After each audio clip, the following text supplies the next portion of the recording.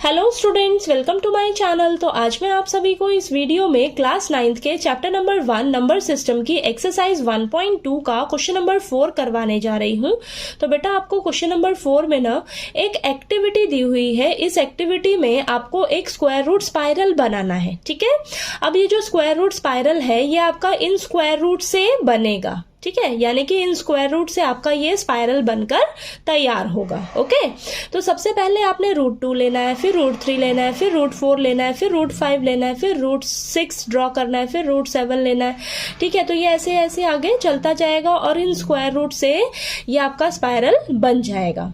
ठीक है, तो चलिए सबसे पहले हम √2 के लिए ड्रॉ करते हैं। तो आपने √2 लोकेट किया ये नंबर लाइन पर। ठीक है, तो उसके लिए हमें क्या करना होता है, √2 के लिए हमें बेस 1 लेना होता है और परपेंडिकुलर भी 1 लेना होता है। तो आपको हाइपोटेन्यूज √2 मिल जाती है। ठीक है, तो √2 ड्रॉ करने के लिए सबसे पहले आपको बेस 1 लेना होगा और परपेंडिकुलर 1 लेना होगा। ठीक है, तो यहां पर मैंने ड्रॉ किया है। देखिए ये मैंने 1 यूनिट, ये जो मैंने 1 यूनिट लिया है ये मेरा 1 यूनिट 3 सेंटीमीटर के बराबर है। ठीक है, आपका 1 यूनिट आप कुछ भी ले सकते हो, 2 सेंटीमीटर, 5 सेंटीमीटर, ठीक है, कुछ भी ले सकते हो आप। तो मैंने अपना 1 यूनिट जो है वो 3 सेंटीमीटर के बराबर लिया है। तो आपने कंफ्यूज नहीं होना है। ठीक है, ये जो मेरा 1 यूनिट है मेरा 3 सेंटीमीटर के बराबर है। ठीक है, अब चलिए मैंने ये बेस ड्रॉ कर लिया है 1 यूनिट। अब मुझे परपेंडिकुलर भी 1 यूनिट चाहिए। ठीक है, तो परपेंडिकुलर 1 यूनिट ड्रॉ करने के लिए सबसे पहले मैं क्या करूंगी, एक स्ट्रेट लाइन ड्रॉ कर लूंगी। ठीक है, तो यहाँ पर मैं एक स्ट्रेट लाइन ड्रॉ कर लेती हूँ सबसे पहले 90 डिग्री। ठीक है, तो देखिए सबसे पहले आपने यहाँ पर एक स्ट्रेट लाइन ड्रॉ कर लेनी है। ठीक है, अब मैं यहाँ पर इस पे 1 यूनिट ड्रॉ कर लेती हूँ। ठीक है, आप कंपास से भी 1 यूनिट का आर्क लगा के लाइन ड्रॉ कर सकते हो 1 यूनिट के लिए। तो मैंने आपको बताया ना मेरा 1 यूनिट जो है वो 3 सेंटीमीटर के बराबर है। ठीक है, तो ये मेरा 3 सेंटीमीटर है, यानी कि ये मेरा कितना है, ये मेरा 1 यूनिट है बेटा। ठीक है, 1 यूनिट है ये। तो अब इसको ज्वाइन कर दीजिए। ठीक है, ये ज्वाइन कर दो आप। ठीक, ये ज्वाइन हो गया।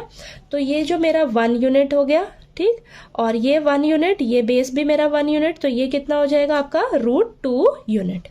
ठीक है, समझ आया आपको। ठीक है, तो ये हो जाएगा आपका P2। ठीक, ये 90 डिग्री। ओके, समझ आया।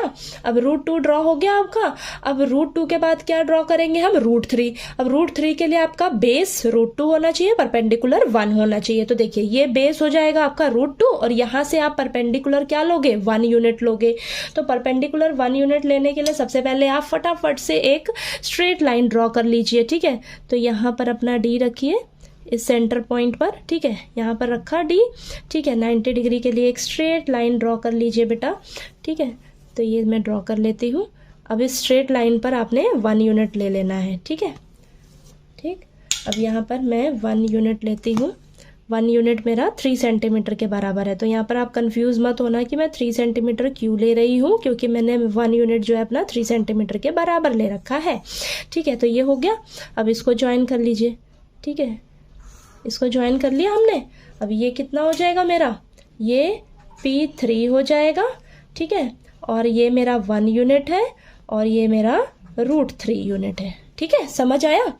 ठीक, √2 हो गया, √3 हो गया। अब नेक्स्ट क्या है, √4। √4 के लिए क्या हो जाएगा आपका, देखिए √3 + 1। ठीक है, तो बेस आपका √3 हो जाएगा और आपने यहाँ पर परपेंडिकुलर 1 यूनिट लेना है। ठीक है, फिर से वही काम करेंगे हम। परपेंडिकुलर के लिए क्या करेंगे, परपेंडिकुलर के लिए सबसे पहले आपने एक स्ट्रेट लाइन ड्रॉ कर लेनी है।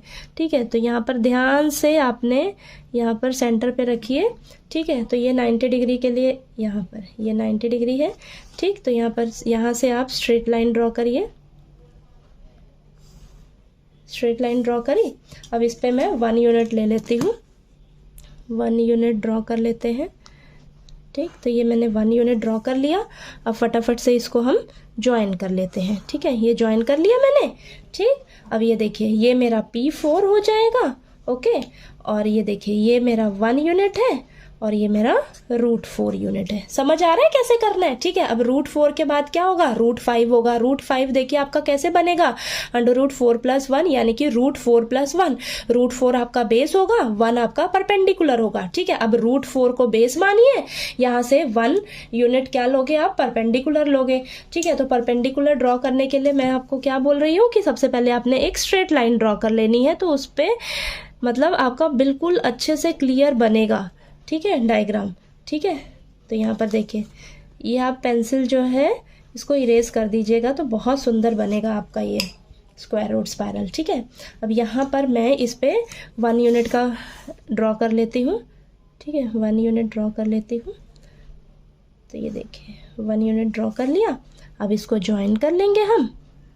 ठीक है, इसको ज्वाइन कर लिया मैंने।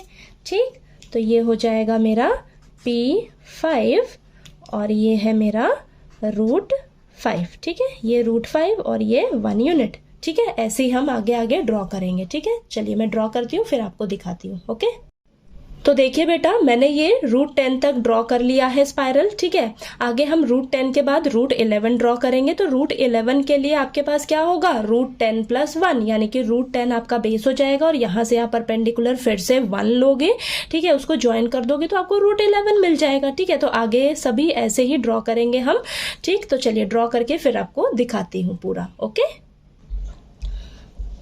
तो देखिए बेटा, ये स्क्वायर रूट स्पाइरल आपकी बनकर तैयार हो गई है। ठीक है, तो ये जो एक्स्ट्रा लाइंस हैं ये मैं रब कर देती हूँ। ठीक है, रब करके फिर आपको दिखाती हूँ। देखिए बहुत सुंदर आपका स्क्वायर रूट स्पाइरल जो है वो बनकर तैयार हुआ है। ठीक है, तो देखिए बेटा, मैंने ये एक्स्ट्रा लाइंस भी रब कर दी है। अब ये आपका देखिए स्क्वायर रूट स्पाइरल कितना सुंदर दिख रहा है। ठीक है, तो इसी तरीके से आपने ये कंस्ट्रक्ट करना है। ठीक है, तो देखिए, ये देखिए, ये मैंने लिखे हुए हैं सभी स्क्वायर रूट्स। ठीक है, और ये कैसे कैसे आपको मिले हैं। ठीक, तो जैसे ही आप √2 ड्रॉ करोगे तो √2 के नेक्स्ट √3 है। √3 कैसे आएगा? √2 बेस लीजिए, फिर 1 परपेंडिकुलर ड्रॉ करिए। √3 के बाद √4 कैसे आएगा? √3 बेस लीजिए, 1 जो है परपेंडिकुलर ड्रॉ करिए, √4 मिल जाएगा। ठीक है, √5 कैसे मिलेगा आपको?